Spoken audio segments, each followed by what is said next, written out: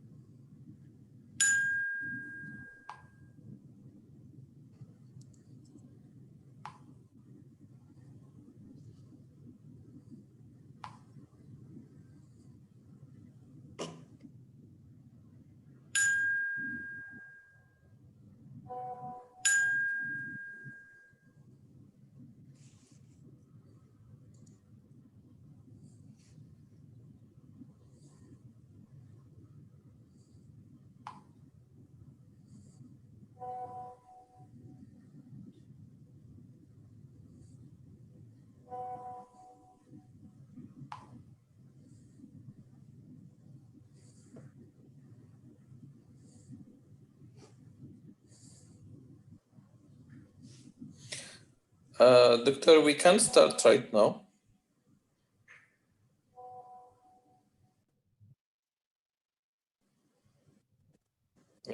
If you can just unmute yourself, Doctor. Sorry. Yeah, sorry. How do I minimize this share screen bar? It's a big one. It's taking some space on the screen. From more, click on more. There is hide. Hide floating meeting control. Yes. If I need it. Yes. If I need, when I need. Yeah, from more again, you can do it. Or just put the mouse there, up. Up. Will it come like that? Do you have a view option? No. Okay, you need to click on a view, then exit full screen. Okay, exit full screen will give me, yeah? Yes. Okay, fine. Yeah, I got it now. Okay, fine. Okay. Okay, Doctor, we can start right now. Yeah, okay. Okay, Assalamu alaikum. And good afternoon, all of you. Firstly, let me have a look at the participants.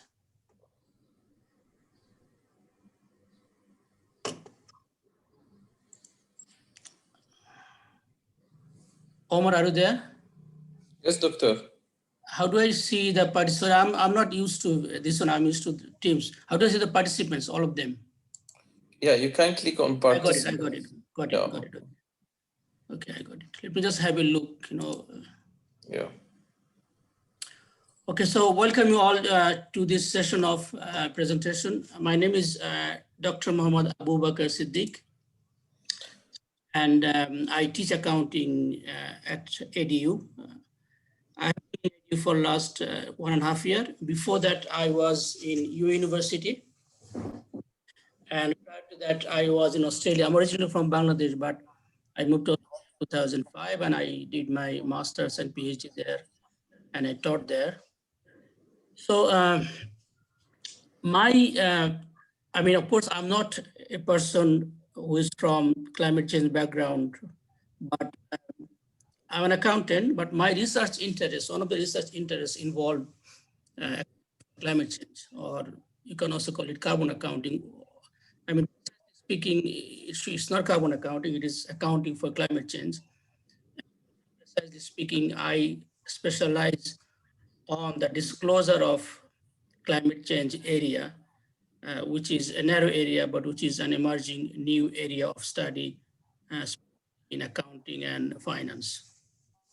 Now, I think before I start, if you can quickly introduction with the people who are here, just a quick introduction so that, are you all accountants here or we are from different background?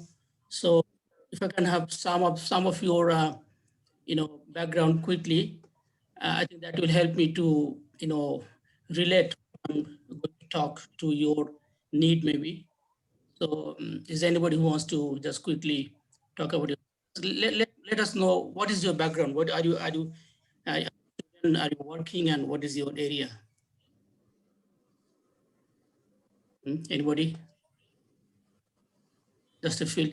Mr. I'll start from the beginning. Mr. Ikhlas. Mr. Ikhlas, can you all hear me?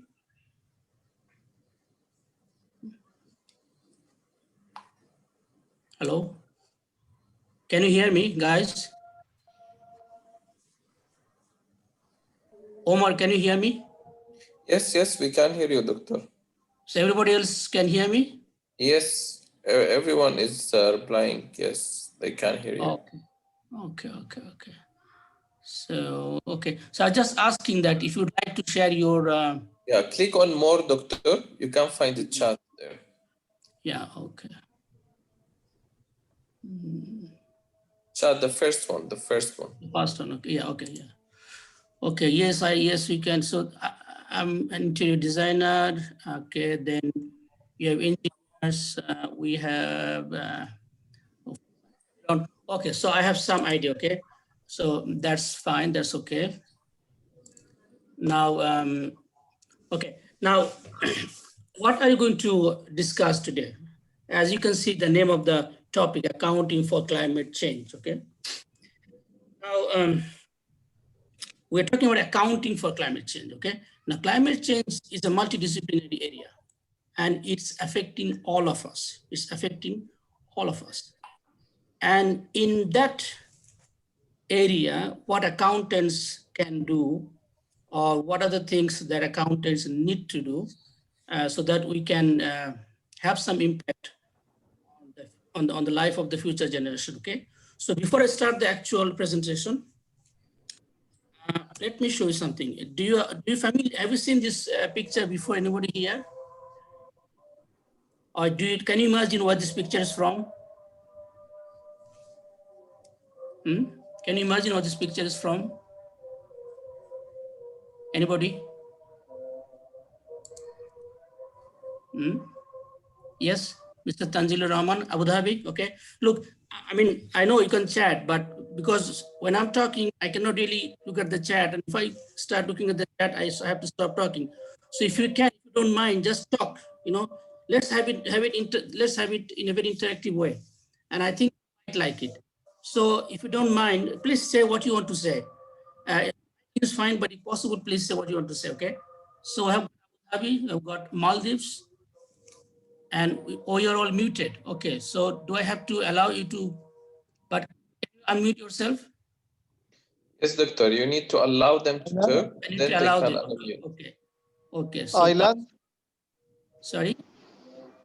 Island, it's an island and sea? It's an island and sea, yeah, but any idea which country? Maldives? Maldives, yes, it's Maldives. Somebody said Abu Dhabi. Inshallah, I hope Abu Dhabi also has it like this. This is Maldives, and this is Maldives. Now, why am I showing you Maldives? There's a good deal from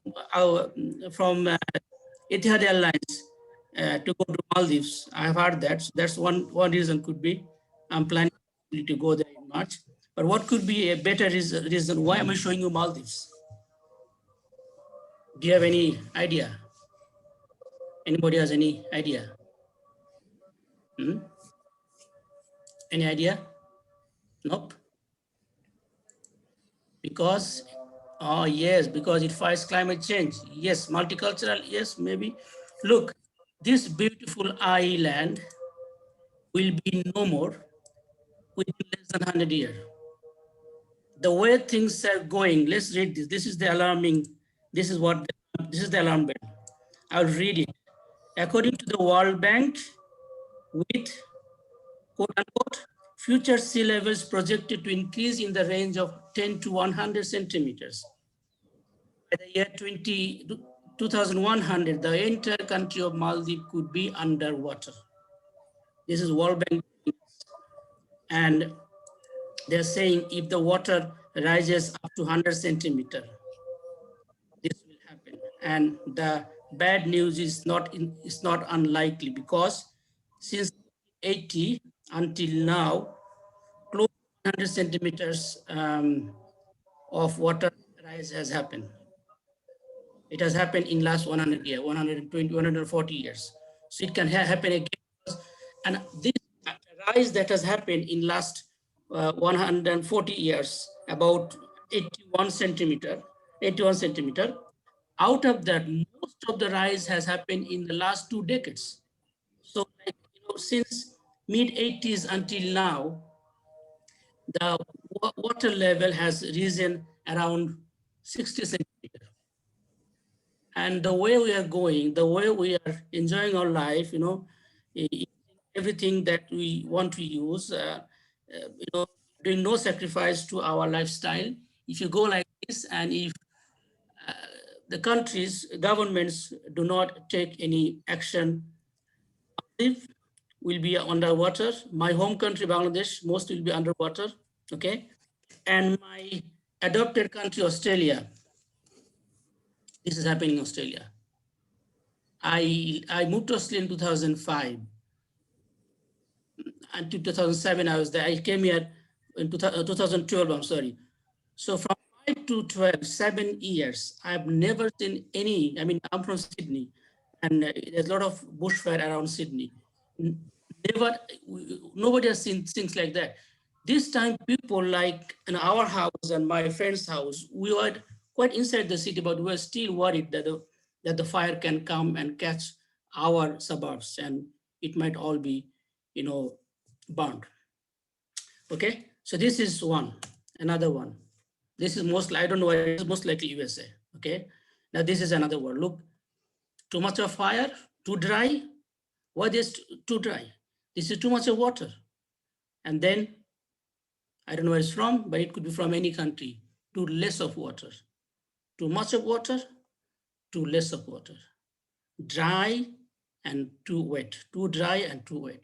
And all of these are happening mainly because of the adverse effect of climate change that we are seeing and mostly not doing anything. Okay, now, after saying all this thing, now we are mostly accountants, and even if we're not accountant, I'm telling you the accounting side of climate change. I'm going to talk about the accountants' role in combating the climate change. Can we, the accountants, play any role in combating the effects of climate change?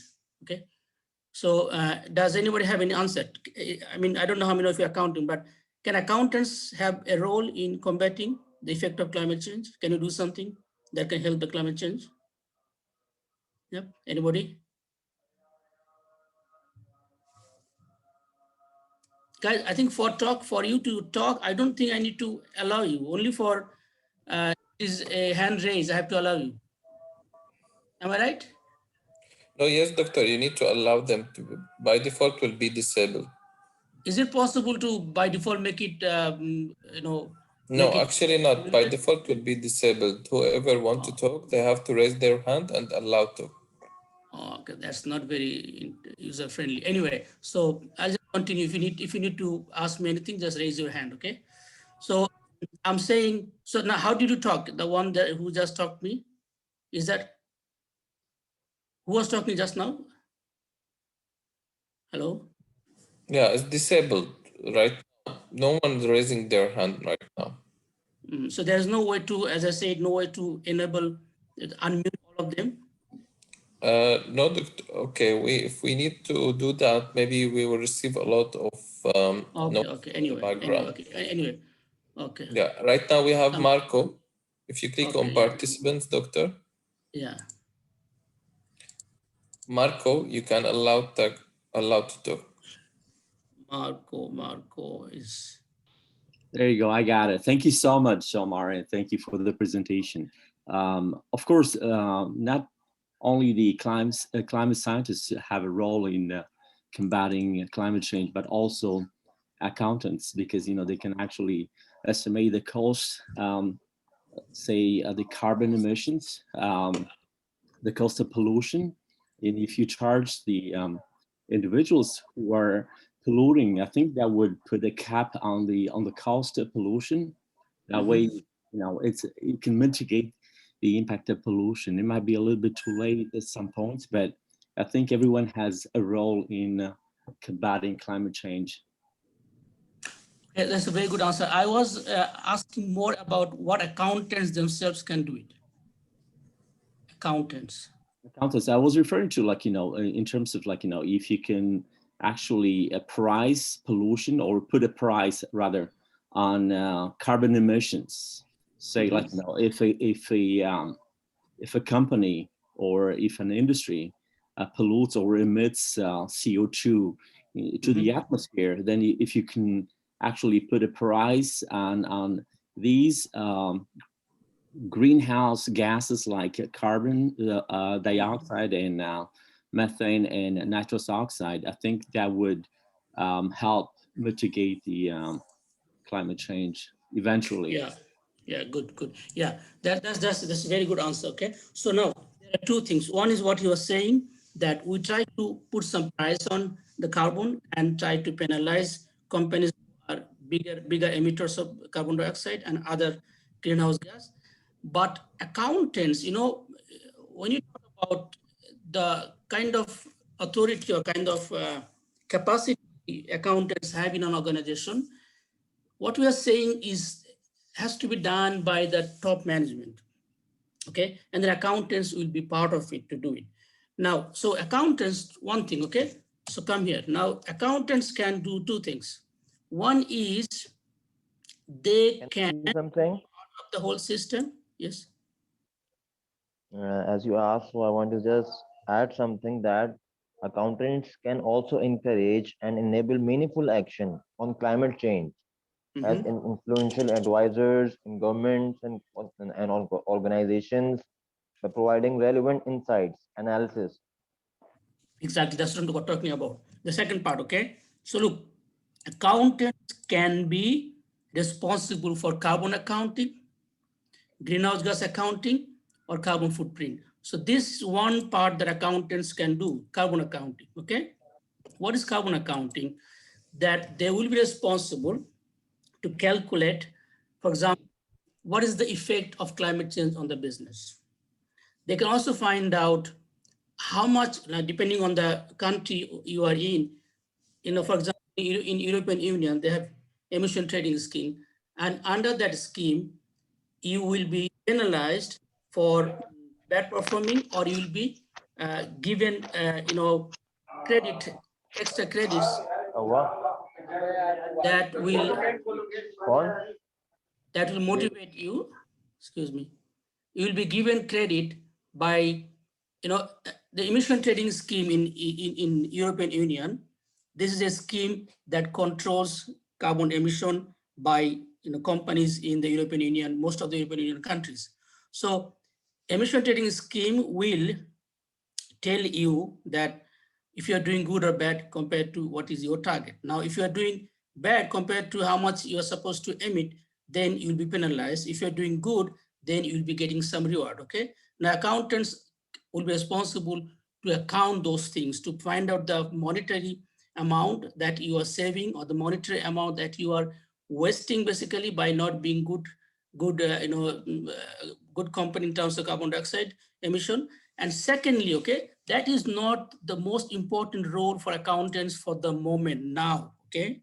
As of now, that is minimal, because the reality is in most of the countries, carbon emission management regulations in many of the countries outside of EU are not very much common. And whatever you have in some countries like Australia and some other countries, they are not mandatory, they're mostly voluntary, okay?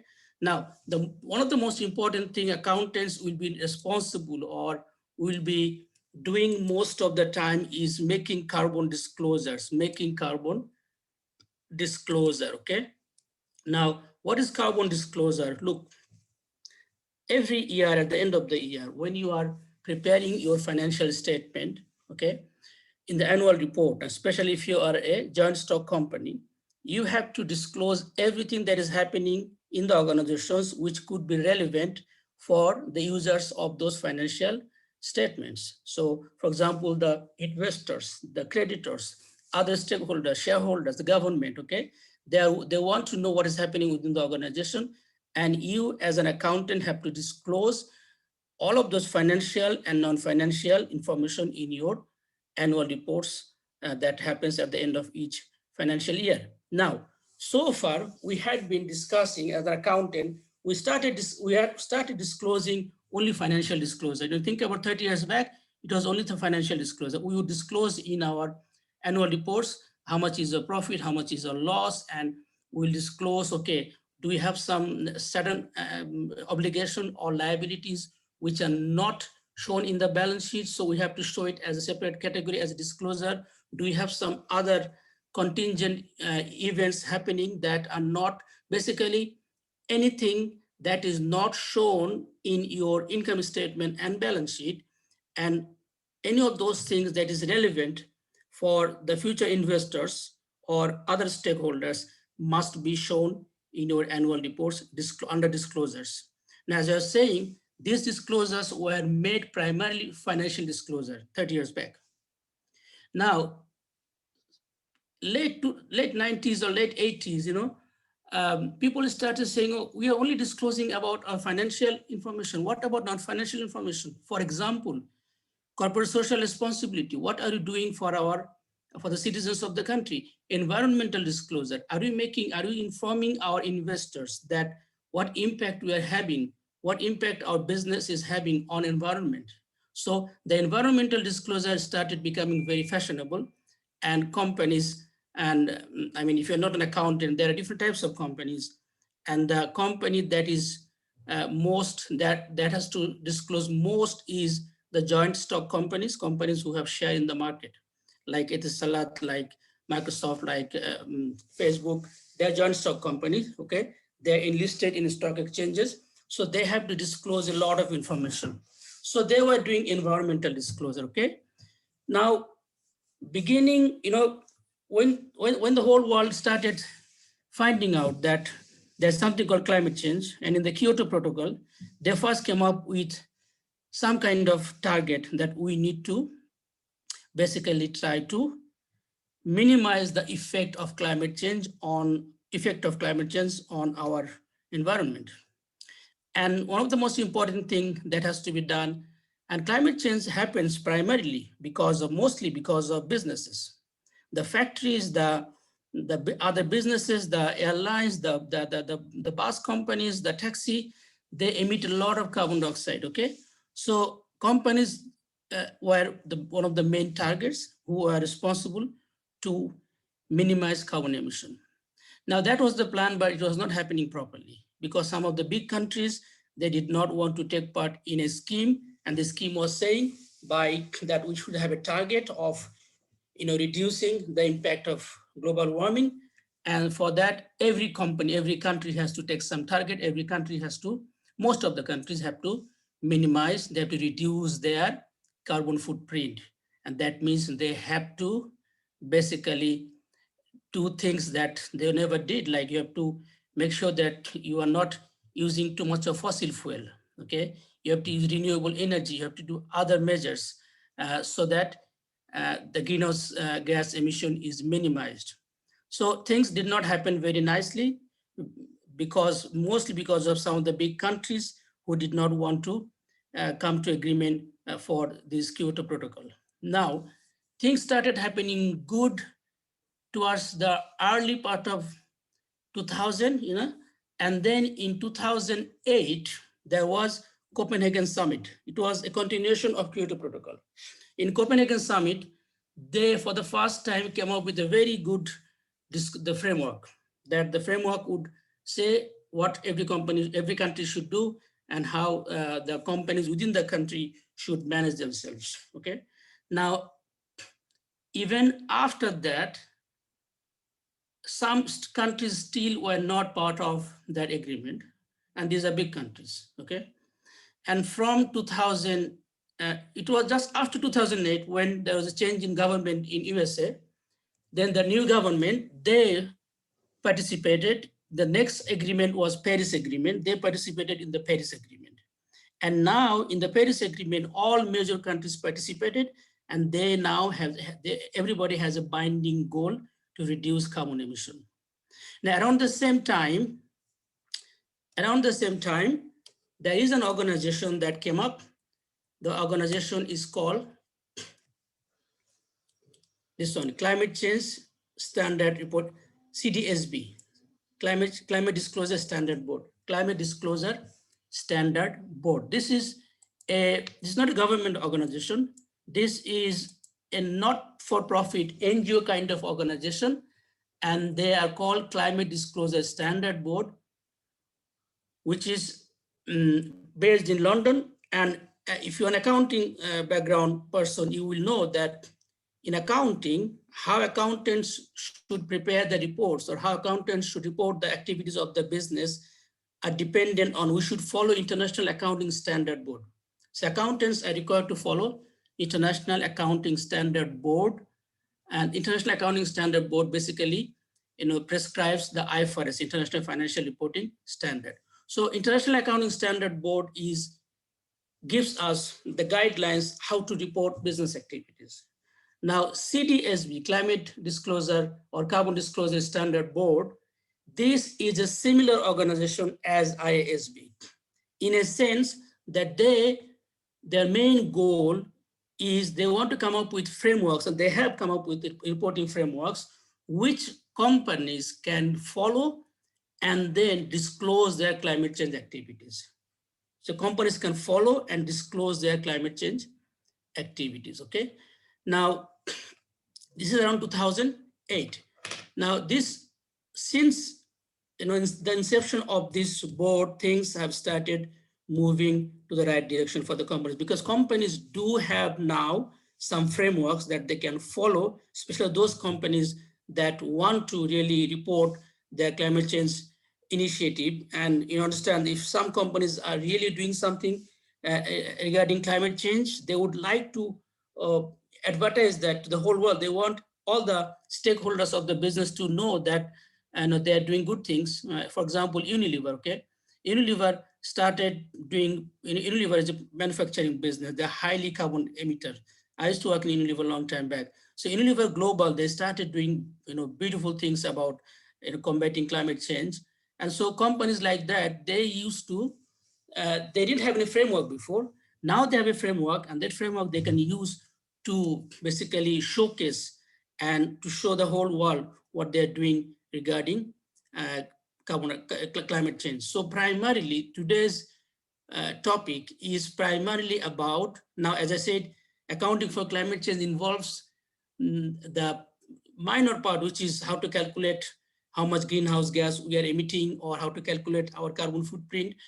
But as I said, how to calculate how much greenhouse is being emitted is not responsible for the accountant, because accountant would not know it. This will be depending on the engineers or other people who know how to capture the amount that is emitted. So they will be part of the team who will monitor carbon footprint and carbon accounting, but accountants primarily are 100% involved in carbon disclosure, 100% involved in carbon disclosure, okay? Now, unfortunately, we do not yet have a full set of regulation about carbon disclosure from IASB, okay? IFRS have certain guidelines, but they do not have any specific guidelines about how to report our climate change activities, okay? So to report our climate change activities as an accountant, we will be relying on which one?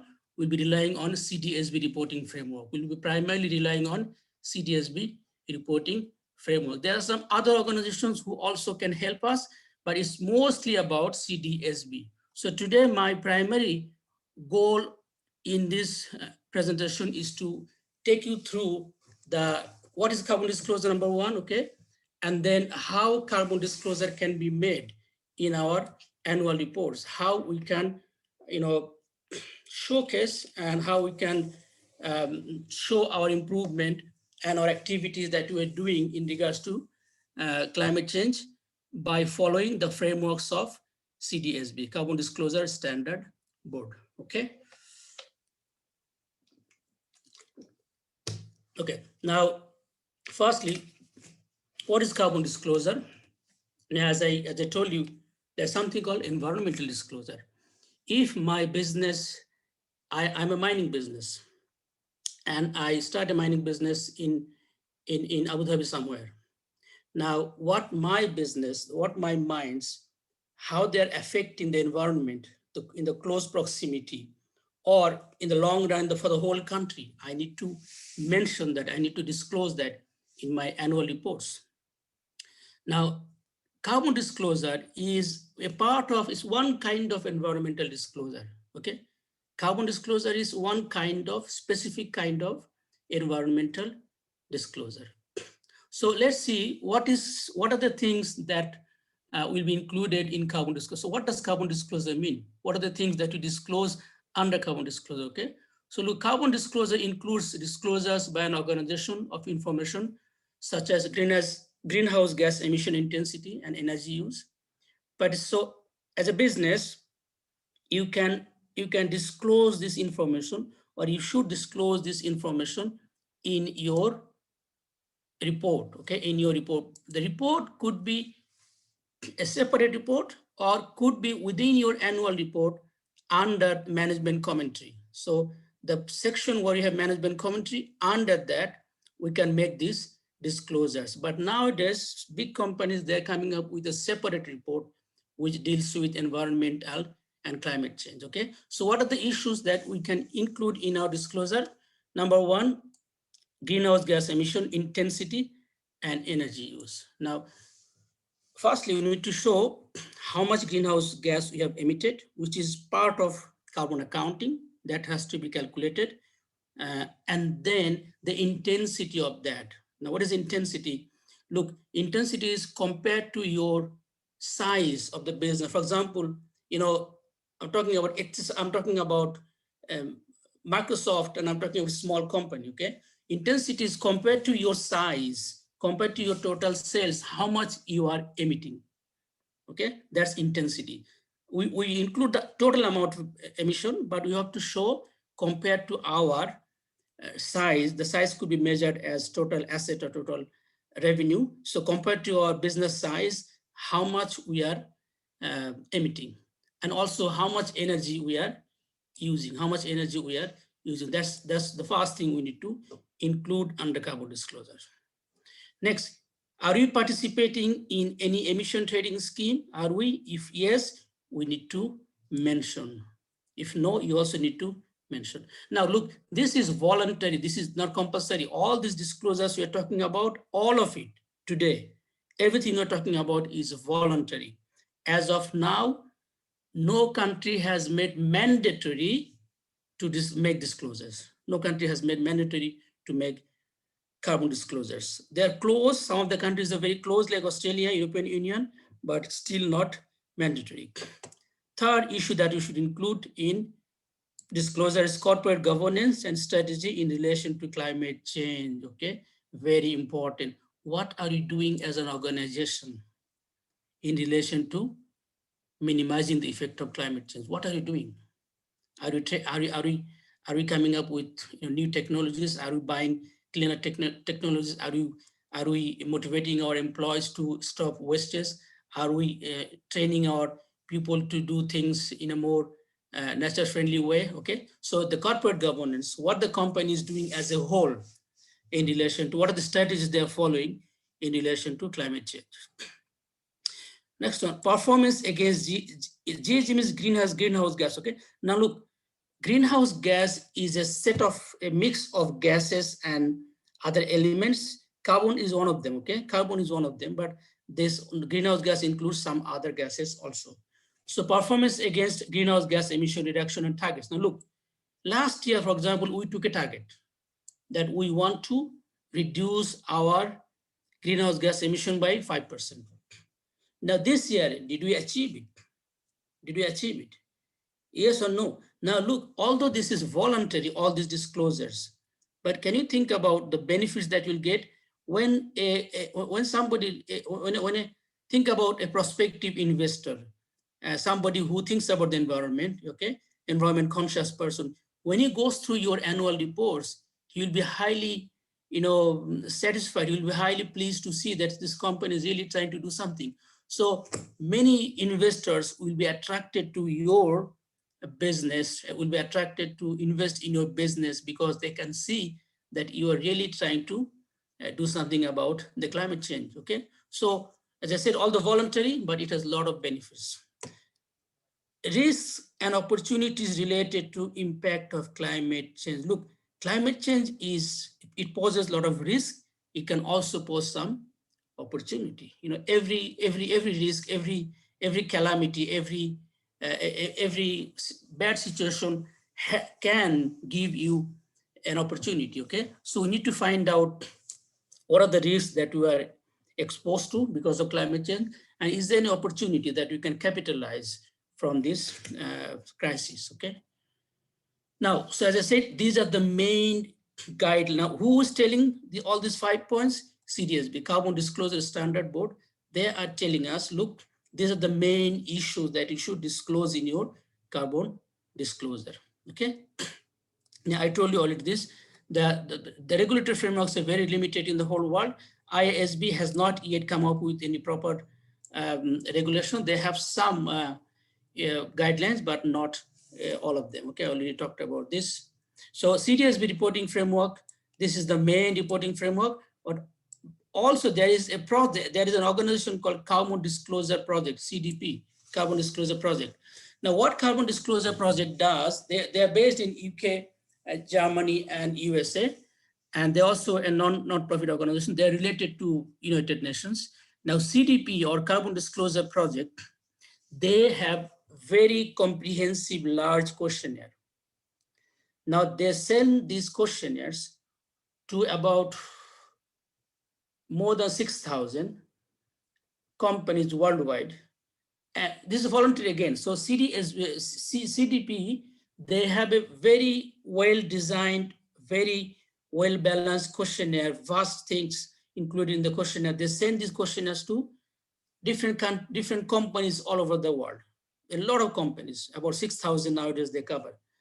And these companies, if they want, they can fill this questionnaire and send it back to CDP. And when CDP receives the questionnaire answers, from the answers, they will now create a score, okay? They will create a score, okay? So these scores are called carbon performance scores and carbon disclosure scores. So they will make a performance score, and they will also make a disclosure score. You understand me? So what is happening? Disclosure score. So for example, the 6,000, last time there was about 6,000 companies that participated in the questionnaire survey. So when the 6,000 companies sent their questionnaire feedback back to CDP, now by looking at this, their answers or responses, they will make two score. One is called carbon disclosure score, another is called carbon performance score. Now this carbon disclosure score is made out of 100, okay? So some companies will get 90, some get 91, some get 93. So those who get higher score, that means they're disclosing more than other companies. Carbon performance score, which I will talk about later. Carbon performance is not main area of today's discussion because that's another area, but I will discuss about it slightly later. Now, carbon performance score is also developed by CDP from their responses, and the score will tell us which company is doing better in terms of climate change management. So if your carbon performance score is, for example, 90, and my carbon performance score is about 60, you're doing much better than me, okay? So this is, I mean, for us, accounting researchers, CDP is like a godsend, yeah? That their data, not all of them are free, but the data is very useful for anybody to see what is happening in the world. Which companies, there are companies who are getting very high marks in both the disclosure score and performance score. And that means those companies are really doing good. So the list of companies, as I said, it could be about 6,000. They also do the same thing, this scoring, they also do the same thing for cities. They send these disclosure and performance questionnaires to different cities, and the cities will fill it up, send it back to CDP, and CDP will do a ranking of the cities, scoring of the cities and ranking of the cities, and the ranking will tell us that which city is better than others in terms of environmental management, okay? So CDP is a very important source. I mean, all of you can just Google CDP. You'll find the organization's website. CDSB also, you can Google it, you'll find the website. And CTSB is a very important website for accountants, for us, okay? I mean, although this is not a government organization, but they are a very solid organization. They have lots and lots of information which can really help accountants or non-accountants, anybody, a business owner, anybody, to have a great look at what should be done. And then when you look at the CDP, scoring, you can look at the companies and cities, and you can find out from there that which companies are doing how, okay? So as I was saying, look, now CDP, CDSB reporting framework, the reporting framework, this is not something that is stand alone. The goal is to, CDSB reporting framework, it cannot replace IFRS. IFRS is our main standard setters, okay? ISB is our main standard setter. But because we do not have much standard from IFRS, ISB about climate change, we use CDSB for the time being. But slowly, when IFRS also comes up with their own reporting frameworks, and I'm quite sure CDSB and IFRS, they're working closely together, and we will get more comprehensive frameworks in future, okay? So this thing, they're just telling you that, these frameworks are that they will complement and supplement the financial statements that is already made following IFRS, okay? Now, the framework, again, as I told you, this is things that is, everything is in progress now, nothing is final, okay? This is a working process. This is a working process. So CDSB, they also look at, they of course, I mean, you cannot go outside ISB's regulations. Whatever you're doing, that has to fit within ISB, okay? See, so this CDSB reporting framework, they comply with ISB, and they also look at best practices around the world, and then that helps them to make their own standards, okay? And there are some other organizations, just quickly, like Greenhouse Gas Protocol, they're also involved there. I mean, these businesses can also look at them, and CDSB reporting framework also is they are working closely with these organizations, okay? What is the last time, how long is the time? I think, who was the, hello? When is the last time? How long is the time? I think the IT guy. Are you going to, and going until 7:30? Any idea, anybody? Hello?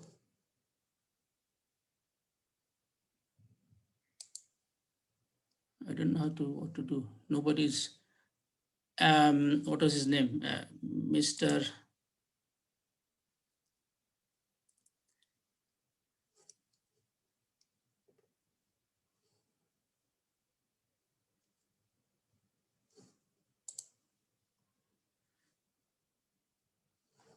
Omar, are you there? Omar Al-Zobi?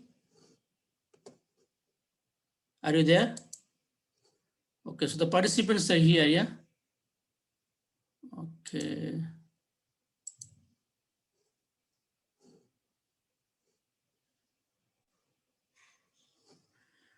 Anyway, let me go ahead. I think the time is 7:30, so that's what I'm keeping in mind, okay?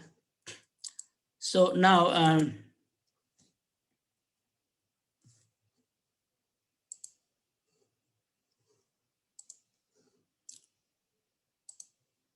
yes, Tanzil Rahman. Hello?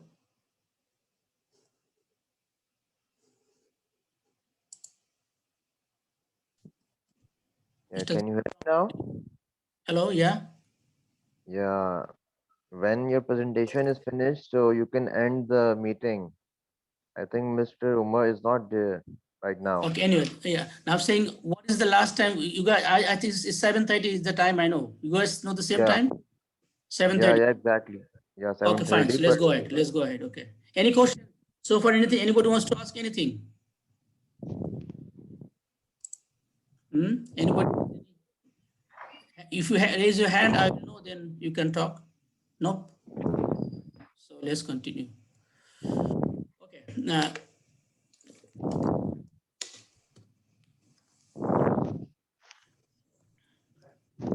Now, CDSB, they have 4 reporting templates.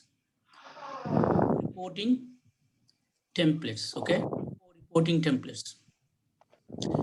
Now, what are these templates? So look at this. They have, somebody is making, can you please unmute yourself? Mute yourself.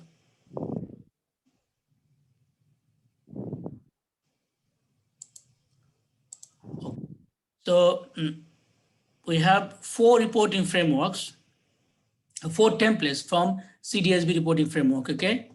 Template 1, template 2, template 3, and template 4, okay? Now, what does template 1 do? Template 1 talks about climate change strategic analysis, okay? So here you show the numbers. In template 1, so I'll go through one by one, okay? First one is climate change strategic analysis. Template 2 is regulatory risk from climate change. Template 3, physical risk from climate change. And template 4 is greenhouse gas emission, okay? Greenhouse gas emission. So first one, climate change strategic analysis. The first one, it will show that the numbers, how much carbon dioxide you emitted, how much greenhouse gas you emitted, okay? What is the financial implication of that? How much business did you lose because of that? How much expenses were increased because of that, okay? And minimum, okay, you can show a lot, but as a minimum, you must provide an overall situation in regards to how your company is doing in combating the effect of climate change, okay? So the first one is climate change strategic analysis. And then in this first template, what are the subheadings that you can include? Template number 1, okay? So what is template number 1? Climate change strategic analysis, okay? And this, under this, what are the things you should show? You can show climate change position, okay? Now look, last year we emitted 200,000 metric ton of carbon dioxide. This year, how much did we do? We emitted less than that. How much it is? This, okay? Second, actions to maximize opportunities. What are you doing to maximize our opportunities? Now, as I told you, every calamity gives you opportunities. Now, if you are a fast mover, everybody's talking about climate change, but not everybody is doing things that are needed. If you're a fast mover, you will get opportunities in the market. There are many people in the market who are conscious about the climate change. And if they know that your product is climate friendly, your company is climate friendly, then they might even pay more to buy your product. So therefore, we need to show what we are doing to maximize our opportunities from the challenges of climate change. Now, third point, number 3, actions to minimize, manage, and to adapt to the risk. Very, very important, okay? What action are we taking to minimize? We cannot possibly eliminate every risk, but we can minimize it. We can manage it, okay? And we can adapt to the risks. So what are you doing in regards of risk management, okay? Then the fourth topic is greenhouse gas emission reduction targets and its performance, okay? So this is, again, numbers. What is our target for next year? What was the target of last year? And what is the performance? Next year, this one, number 4, is what is our target for next year? Number 1, emission reduction. Number 2, performance. Remember I told you carbon performance. So my carbon performance last year, for example, was 70. And I want to now make it 80. So what should I do? So these are the things you must include in the first template. Then the future outlook, okay? What is your overall plan for the future? What do you want to do? How things look like, okay? And then actions related to corporate governance, okay? As I told you before, the company as a whole has to lead the whole process from the top management, corporate governance. If the board of directors and the CEO and the chairman, if they're not involved, if they're not, driving the changes in the organization, then nothing will happen. So what the company as a whole from the management they're doing related to improving their carbon performance. So that has to be included. Now, continue. Now, I've got plenty of slides and I don't think I'll be able to go through all of them, but I'll just tell you the most important ones, okay? So this is very important. Now, if you're an accountant or if you want to know, okay, what are the things I should be including in my annual report? What are the things I should be including in my annual report? You think about it, 4 templates. First template, you must include all of them. You should include all of them. Okay, that's the first one. Now, all of them, they're basically they're described one by one. Okay, so I'm not going to that. Then let's go to template number 2. Okay, template number 2. Now I told you about this, the board has to be the board has to be involved in driving the change. Okay. Now the template number 2 is regulatory risk from climate change. Regulatory risk, this is important. Why? Because you work in a country, and if a country is coming up with a regulation to punish those companies who are not climate change targets, then your company will be in trouble. So make sure that you, again, look, what is the goal of financial reporting or talk about report? The goal of financial reporting or financial statement annual reporting by any company is to include all the information in the disclosures that will be needed by the prospective shareholders, by the creditors, by government and other stakeholders. Okay, so again, about risk, regulatory risk, you need to include in your disclosures.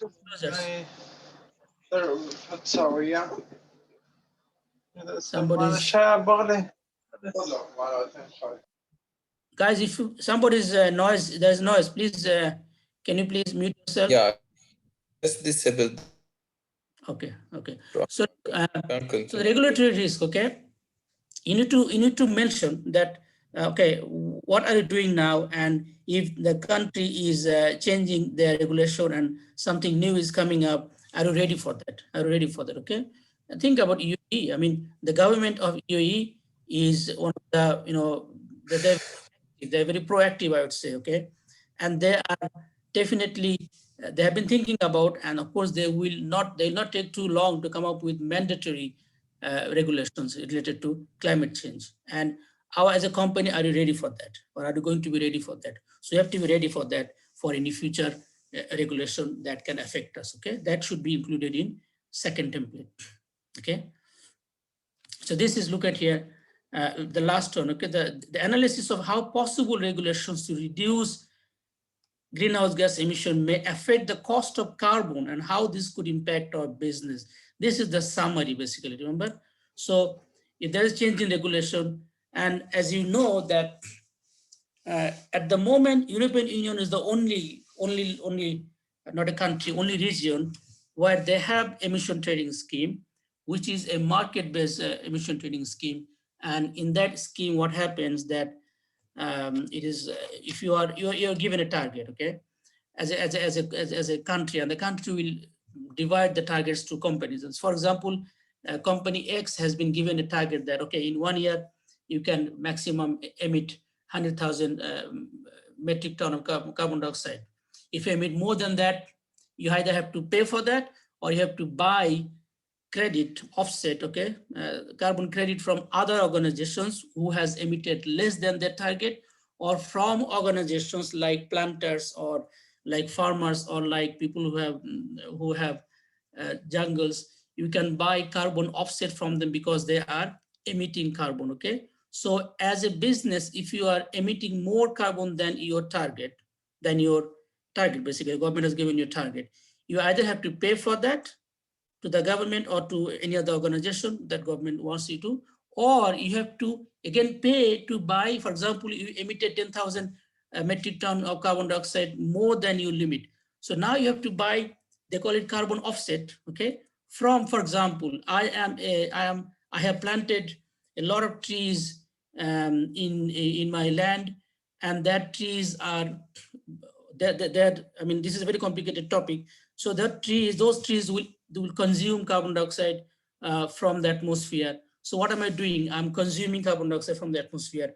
So if I consume 1 metric ton of carbon dioxide from the atmosphere, I have a credit of one metric ton, okay? So for example, I have 100 metric ton of carbon dioxide offset with me, negative, okay? I'm not emitting, I have consumed the carbon dioxide from the atmosphere. So now I can sell my offsets to the guy who is looking to buy some offset from somebody, okay? So the guy who is in, for example, in Australia, he needs 100 ton of offset, okay?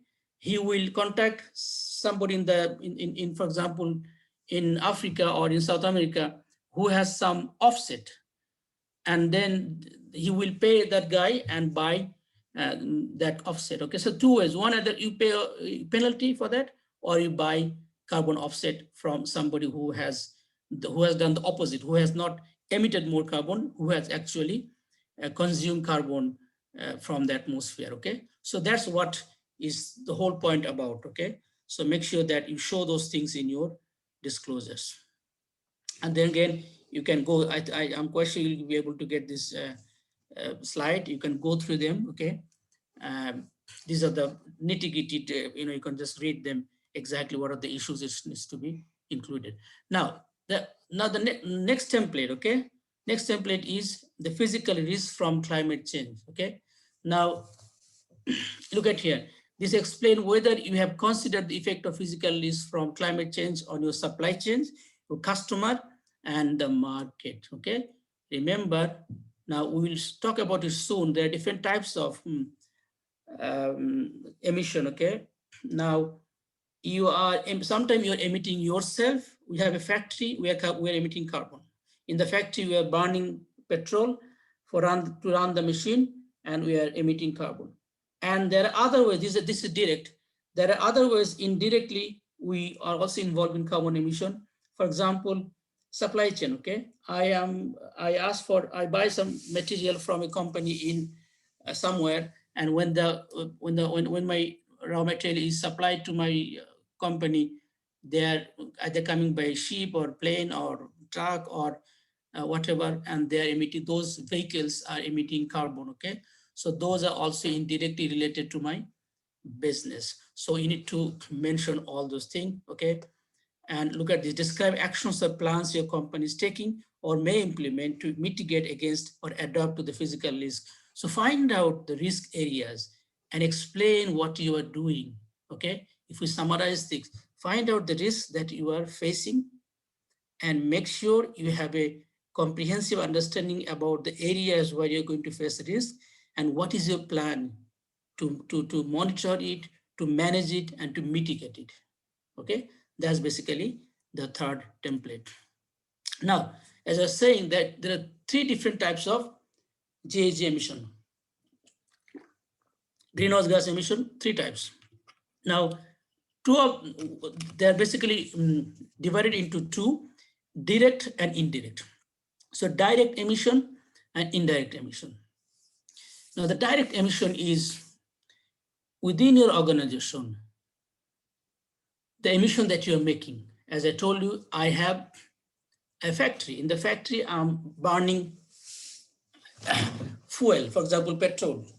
And therefore, I'm running the machine and I'm making carbon emission, okay? So direct one is the one that is happening within your organization, which is under your control, okay? So let's read it.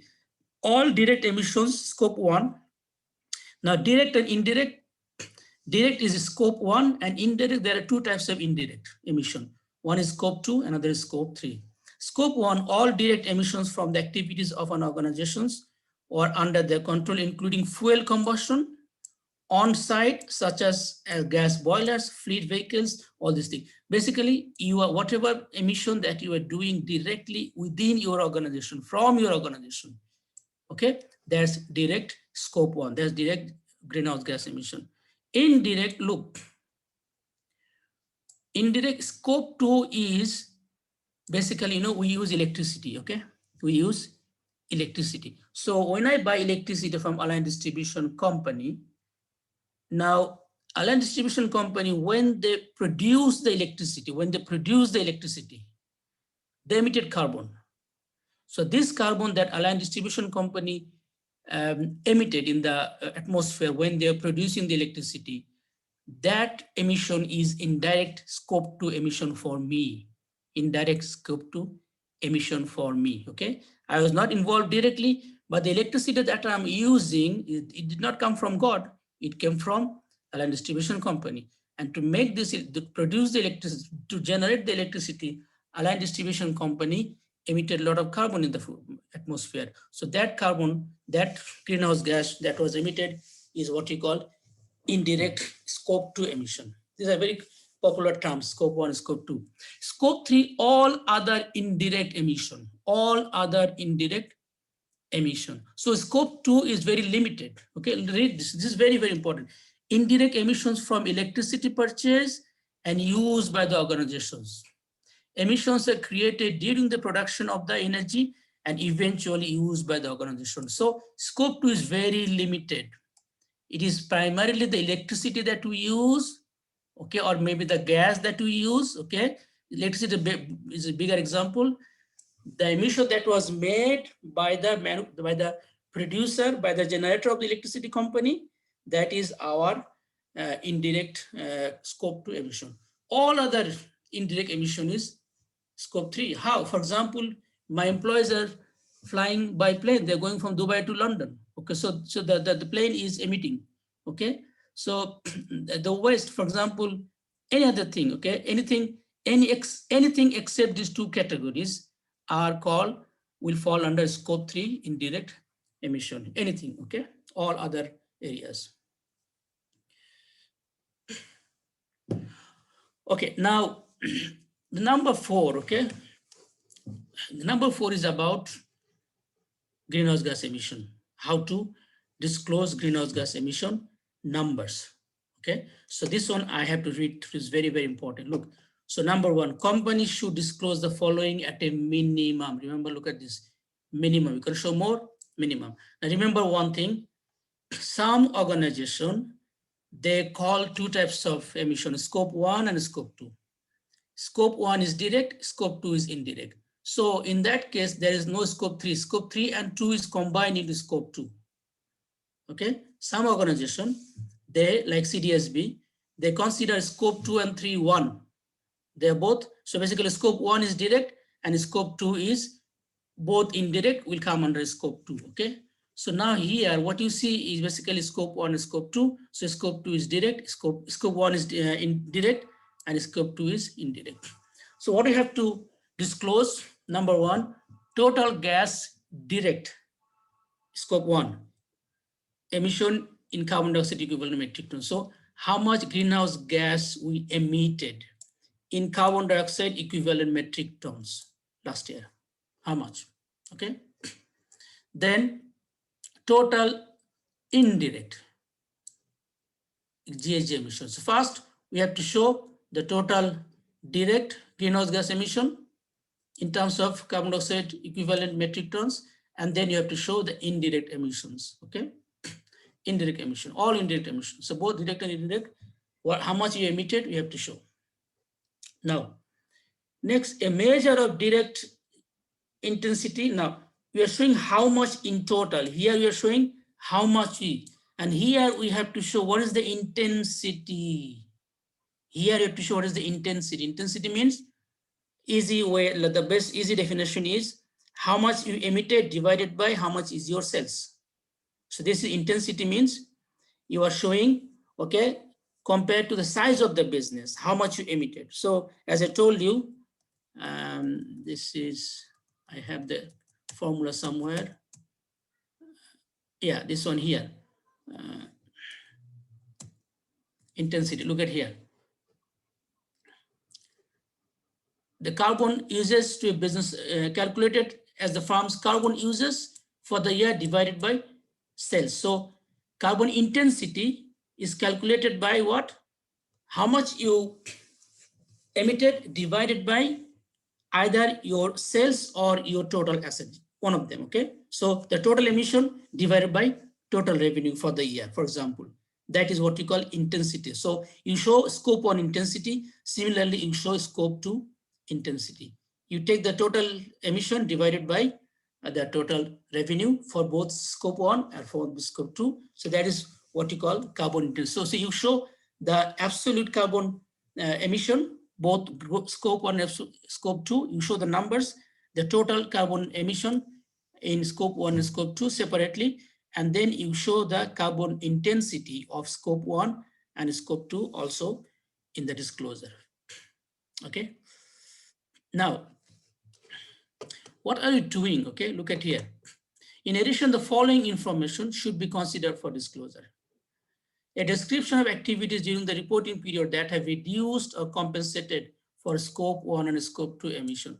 For example, what have you done to try to reduce your emission? Number 1, offset credits. How many credit offsets you purchased? Okay, as I told you, if you are emitting more than your target, you have to buy offset from people who have extra.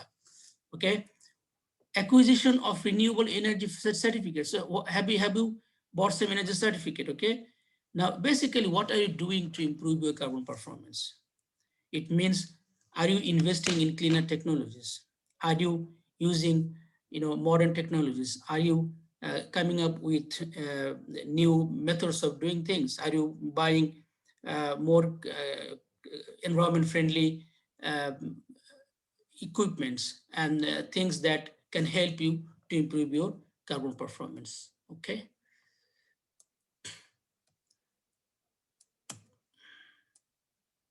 Now, remember one thing, Ctsb reporting framework is a voluntary reporting framework, which is coming from Carbon Disclosure Standard Board.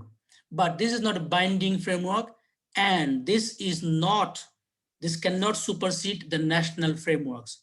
This cannot supersede the national frameworks. What does it mean?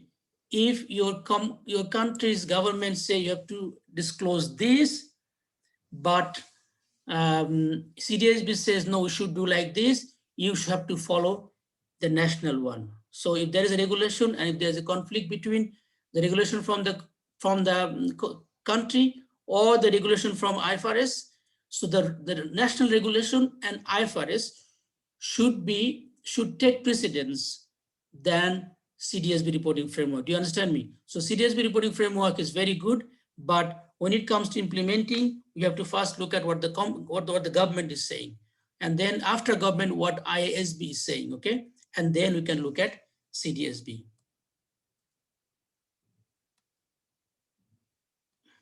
Now, the goal of course, Ctsb is to come up with generally accepted accounting principles, which is compatible with IFRS and US GAAP, which is compatible with IFRS and US GAAP. And as you said at the beginning, both IFRS and US GAAP, they're also coming up with new regulations regarding climate change. And Ctsb and these three organizations, Ctsb and the other two organizations, IFRS, ISB and GAAP, USA GAAP, they're all working together to come up with something which is suitable for all businesses, okay? Now the reporting period is same as annual reporting period, okay? It could be the calendar year, it could be the fiscal year, whatever you are following. Now, while we report it, I told you at the beginning, in which section of the annual report we should include carbon disclosure? Under the management commentary. Under the management commentary section, we need to include the carbon disclosure standard. Basically, we need to include our disclosures under the management commentary section of the annual report. Okay, now, Okay. Now, where do you show it again? Okay. Now look, 3 principal options for presenting climate change information within management commentary. So within management commentary, how do we show all the disclosures? Okay. So first you understand you are doing everything under management commentary. Now under management commentary, there are different options. Okay. Number 1, you can present a separate climate change section under management commentary. Okay, or you can present a subheading within the risk section. You know, in the risk section also you can include this. Okay, so basically these are most common spaces, but make sure that you are doing it in accordance with the provisions of IFRS and your country regulations. Now I told you about CDP. Okay, CDP is the organization that is collecting climate change related information from 6,000 companies around, okay, 550 cities and 100 states and regions. So this is the latest data. So CDP is a massive organization, okay. They are supported by 800 institutional investors, 800 institutional investors now who are worth 100 trillion. And what CDP does, CDP sends questionnaires to thousands of companies, hundreds of cities and countries and regions, and those organizations, entities will fill this massive questionnaire, and these questionnaires will be used by CDP to do scoring of those countries or those cities or those companies carbon disclosure score and carbon performance score. Okay. Now, there is the other one. There's one called the Global Reporting Initiative. This is an old one, okay, and this is not very, I would say, visible, okay, but they are also involved in the same area, and they have some guidelines, Global Reporting Initiative, that can be followed by companies for climate change reporting, okay. Now, carbon performance. Now, remember, we talked about carbon disclosure so far. It's all carbon disclosure, okay? Now, what is carbon performance? Although carbon performance is not something that I said is our main discussion today, but I believe we should know it slightly at least. Now, carbon performance shows your performance in regards to your climate change management. As a business, how good are you in managing the climate change? What is your performance in regards to your climate change activities, okay? Now, carbon performance is measured by 4 parameters. Carbon performance of a business is measured by 4 parameters, okay? First one is carbon intensity, carbon dependency, carbon exposure, and carbon risk, okay? Now, carbon intensity, I already told you, okay? How do you find out? Carbon intensity is your physical carbon performance, how much carbon you are emitting, okay? But if you just show how much carbon you're emitting, so a big company, of course, will emit a lot of carbon dioxide. A small company will emit a small amount of carbon dioxide. Does it mean in that case a small company is better carbon performer? No, because small company will do small. So to find out, how do you find out which company is doing better? What do? We find out the intensity, okay? How do we do that? We divide the total carbon dioxide you're emitting by your, either normally by the company size, okay? So we do take the carbon dioxide that you emitted, total carbon dioxide you emitted, divided by, we divide by company size basically, okay? We divide by company size. So what could, for example, my company last year, we emitted 100,000 tons, metric tons of carbon dioxide. We divide by company size. Company size, for example, we can either take the total sales or total asset. So total sales, for example, was 100,000, for example, okay? $100,000.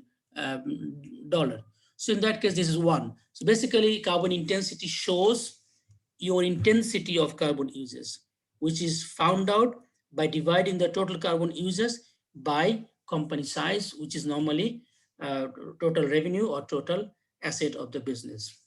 Now, carbon dependency is the change in the company's use of carbon intensity over a given time period, expressed as a percentage, okay? Carbon dependency, look, last year my carbon intensity was 80%. Last year my carbon intensity was 80%. This year the carbon intensity is 70%. So what has happened? My the carbon intensity has decreased. So this is what carbon dependency, okay? Carbon dependency means what is the change in your carbon intensity? So look, if it was 80 before, 80%, now it's 70%, yes, we're doing better. So our carbon dependency is decreasing. Our dependency on carbon dioxide is decreasing, okay? So carbon dependency is measured as the change of carbon intensity from year to year, okay? Now, so far we talked about physical carbon dioxide, how many metric ton of carbon dioxide, what is the percentage? We did not talk about money. We did not talk about monetary effect, monetary impact, okay? Now, carbon exposure and carbon leaks, these are all related to the monetary impact of carbon climate change, okay? So carbon exposure, monetary implications of carbon use for a given time period. Monetary implication, okay? So because of climate, because of, for example, last year I paid fines. For example, I have to buy extra offset from other businesses, okay? So what is the monetary implication of carbon? How much carbon you used? This much. Now, because of that, what is the monetary implication? Did we gain? Did we lose? What is happening, okay? So now again, it relates a company's carbon cost to, for example, sell. So what will you do? You'll take the carbon cost divided by, you'll take the total carbon cost, okay? As I said, for example, you bought this much of carbon offset. So the total carbon cost divided by company size again, normally sales or total asset, okay? So this is again, these are all relative numbers, okay? These are all relative numbers. Finally, carbon risk, the change in monetary carbon performance over a given time period. So what about its monetary implication? How much was that number last time? And this time, what is the number? So what is the change of monetary implication over a year? That is what we call carbon risk. Now, these four together has to be considered to calculate carbon performance, okay? But remember, CDP does not just follow this simple, this is the simplest way to understand what is carbon performance. Carbon performance is a matrix of four related components. One is carbon intensity, which is my intensity of carbon uses. And then what is carbon dependency, which is how much change is happening in terms of carbon uses. And carbon exposure, which is what is the monetary implication of climate change on my business. And carbon risk, what is the change in my monetary implication. But CDP makes this carbon performance scoring based on many other components. It's a massive, I mean, I have done I've done papers taking data from CDP, and this carbon disclosure and carbon performance scores are amazing. They use a very vast number of components and very complicated and very efficient questionnaires to collect data and then use them to rank carbon disclosure and performance. So which is always a very useful thing for people who are looking at how things are happening in this world, okay? You can have a look. If you go to CDP website, you can find out what they're doing. Now, we are almost finished now. Again, this talk was primarily about, as I said, carbon disclosure, but as a business, we can try to know a bit of what is happening around the world in terms of climate change and in terms of companies who are doing better than others, okay? Now look, these are some findings from major research nowadays, okay?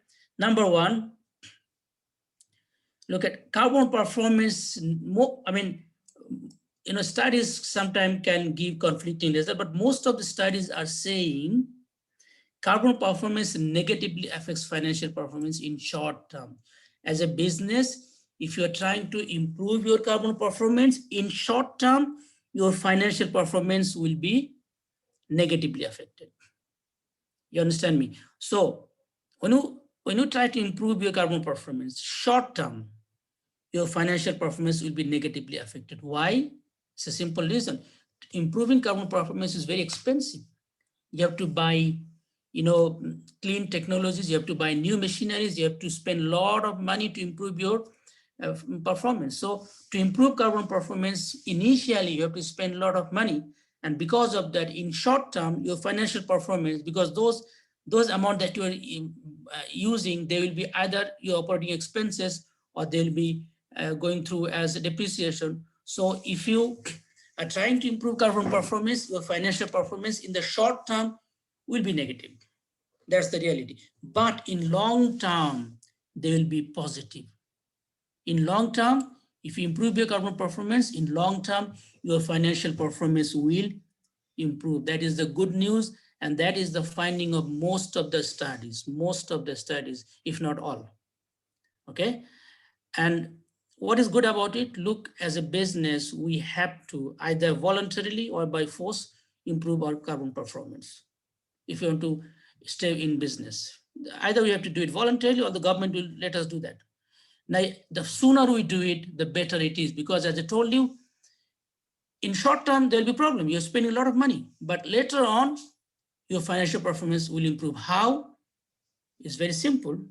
Now, if you are investing in cleaner technologies, you're coming up with climate-friendly products, and people who are conscious about environment and climate change, they will be willing to sponsor you. That means they're willing to buy your products. That's one kind of people. Other kind of people, in long run, even at the beginning, your product pricing might be slightly higher, but in long run, they will flatten. Why? Because you'll get economies of scale, and remember, you will have fast mover advantage. You'll not be doing what everybody else has done. If you start doing now, then you will be one of the top companies in your country that is doing beautiful things about climate change. So people who are conscious about climate change, those customers will be willing to buy your products. Then the stakeholders, investors, creditors, who are, a lot of them are, and most of them are becoming climate conscious, they will be willing to invest in your companies. And also in long run, you'll get economies of scale, and then you'll become experts, you'll grow your expertise in developing climate friendly products. And therefore your product pricing also may not be in long run different from companies who are not doing climate friendly products. Okay, so the good news is long term, if we try to improve our carbon performance, in long term our financial performance will be good. Finally, regulations. Okay, now regulations of course affect carbon disclosure and performance. Now there are two types of regulation. One is called command and control regulations, command and control. Another is market-based regulations. Command and control means regulations like law. Government tells us to do this. Okay, government has said, okay, environmental law 2001 or climate change act 2005. What do they say? You have to do this, you have to do that, you have to do. If you don't do it, you'll have to pay fine or they will close your business. So those kind of regulations are called command and control. And market-based regulations are not like that. They might have some provision for fine, but they primarily are voluntary, and they say if you follow this, you'll be incentivized. If you try to improve your carbon performance, you will get incentive from the regulatory bodies. For example, emission trading scheme in Europe, okay, this is a market-based regulation. And if you do better, you get a lot of benefits. You pay less tax. You get tax bracket. Okay, you get you will pay less tax. You will get other benefits from the governments. So the point is, whether it's a command and control regulation, which is given by the government that you have to follow, or whether it is a market-based regulation, which is a voluntary one, but which will encourage you to follow it, which will give you benefits.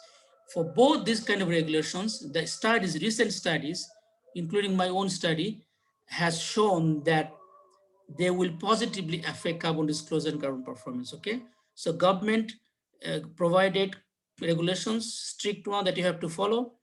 Also market-based regulations, which are voluntary and which primarily focus on incentivizing companies by following the regulations. Both of these regulations, if they're introduced, they play good role, they play positive role in improving carbon performance and carbon disclosure by the businesses. Okay, that's it for me. Thank you very much. If you have any questions, you can ask me now.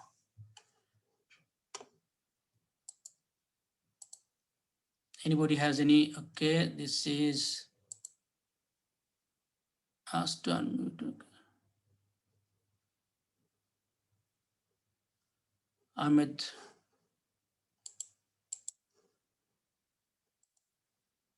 Asked to unmute. It's saying asked to unmute. I clicked on it. Hello, Ahmed Raisi.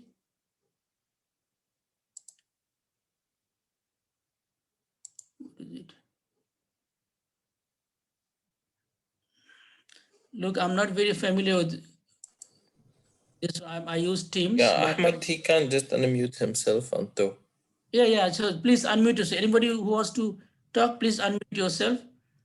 Let me know what you want to ask if you have any question. Hello. Anybody else?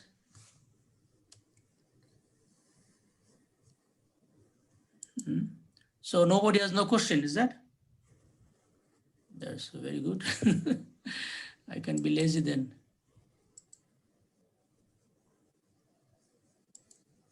It seems there is no questions, Doctor. Oh, So mashallah, very good. So how did you find it? Any feedback? Anything you want to talk? from my side, it was very informative. I'm not sure about the attendees. So if you can just try Who's to. talking? Who is talking now? Who's there? This is Omar, Doctor. Omar, yeah. Okay, good, yeah. Okay. Okay. Then Yes. thank you, all of you, for your attendance. And thank you, Doctor, for this. You're welcome. We will just end the session right now. You can see the for the today material. It's on the community.edu.ac.ae. This one, okay. So I wanted to, those participants, do they have any? Can they access those information? Yes, they can access. Okay, so I want to save 2 more documents there. So I'll just log in and save there, yeah? Yes. Under which one? Under what? Under the community.edu.ac.ae, it will be there later on. Even the session, the record will be there if anyone interested to see it again. And I'm saying there are 2 other documents. What documents? I want to also give. The one you would like to share with them, Doctor. Yeah. What should I do there? Yeah, we will do it offline, Doctor. Okay. Okay, thank you. You're welcome. Thank you very much.